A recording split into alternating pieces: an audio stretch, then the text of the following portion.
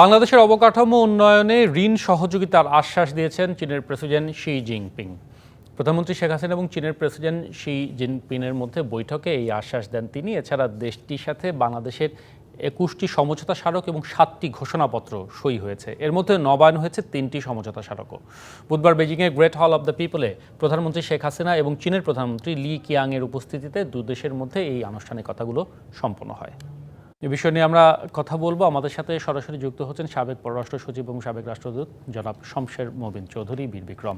জনাব শমশের মোবিন চৌধুরী বীর বিক্রম, আপনাকে স্বাগত জানাচ্ছি।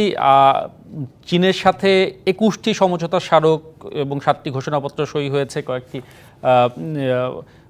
পুনর্বহাল রয়েছে। সব কিছু মিলে অবকাঠামো উন্নয়নে চীনের ঋণ সহযোগিতার আশ্বাসটিকে যদি আমরা বড় করে দেখি, সব মিলিয়ে প্রধানমন্ত্রীর এই সফরকে আপনি কতখানি তাৎপর্যপূর্ণ মনে করছেন?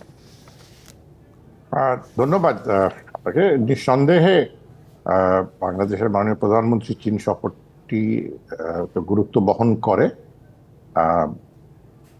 এবার নির্বাচিত হওয়ার পরে, এই সরকার নির্বাচিত হওয়ার পরে বাংলাদেশের প্রধানমন্ত্রী এই দ্বিতীয় দ্বিপাক্ষিক সফর। তার কদিন আগে আপনারা জানেন যে ভারতে একটা অত্যন্ত গুরুত্বপূর্ণ দ্বিপাক্ষিক সফর হয়ে গেল। তো চীন তো এই বিশ্বে এখন একটি উদিত একটি শক্তি। নিঃসন্দেহে অর্থনৈতিকভাবে বলেন, রাজনৈতিক বলেন, ভূ রাজনীতিতে চীনের একটা বিশেষ বিরাট ভূমিকা রেখেছে।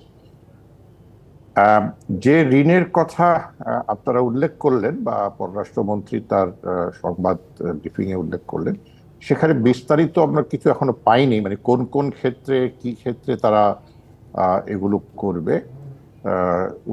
অবকাঠামো নির্মাণের ক্ষেত্রে তারা ভূমিকা অতীতেও রেখেছে, এবারও তারা রাখবে, সেই ধরনের ধারণা পাওয়া যাচ্ছে।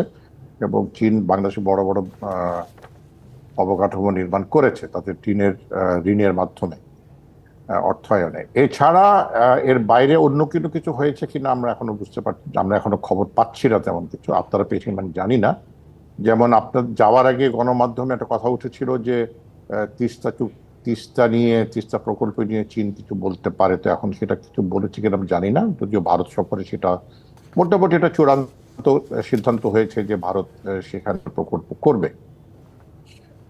ভূ রাজনীতির ক্ষেত্রে মানে বাংলাদেশের প্রধানমন্ত্রী যে ভারতে সফরকালে যে ইন্দো প্যাসিফিক ভারতের যে উদ্যোগ সেটার সঙ্গে বাংলাদেশ সহযোগিতা করবে, সেক্ষেত্রে চীনের কোনো মতামত পাওয়া গেছে আমি জানি না।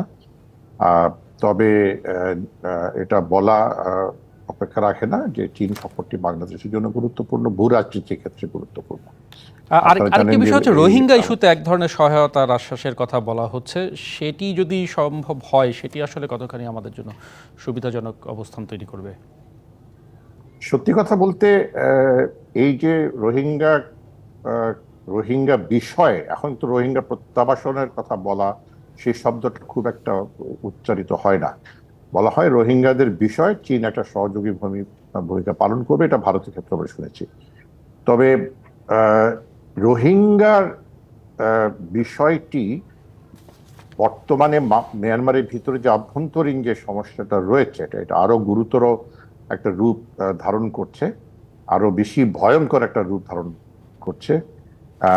সেটার কোনো নিষ্পত্তি না হওয়া পর্যন্ত রোহিঙ্গা প্রত্যাবাসন হচ্ছে না। তো রোহিঙ্গা বিষয়ে যেটা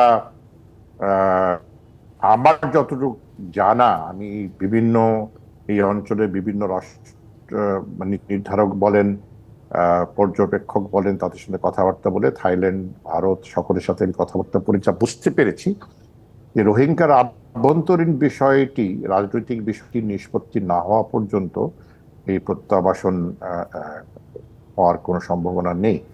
সেটা জন্য আমাদের অপেক্ষা করতে হবে। তবে মিয়ানমারের আভ্যন্তরীণ বিষয়টা কিভাবে নিষ্পত্তি হবে, এটা কি আকার হবে, কি প্রকার হবে, কতদিনে হবে, সেটা আমরা কেউ পরিষ্কার করে বলতে পারছি না। একটা জিনিস বোঝা যাচ্ছে যে মিয়ানমারের আভ্যন্তরীণ বিষয়ে এই সামরিক জান্তার প্রতি চীনের যে একটা অন্ধ সমর্থন ছিল, সেটা হয়তো কিছুটা কমে এসছে।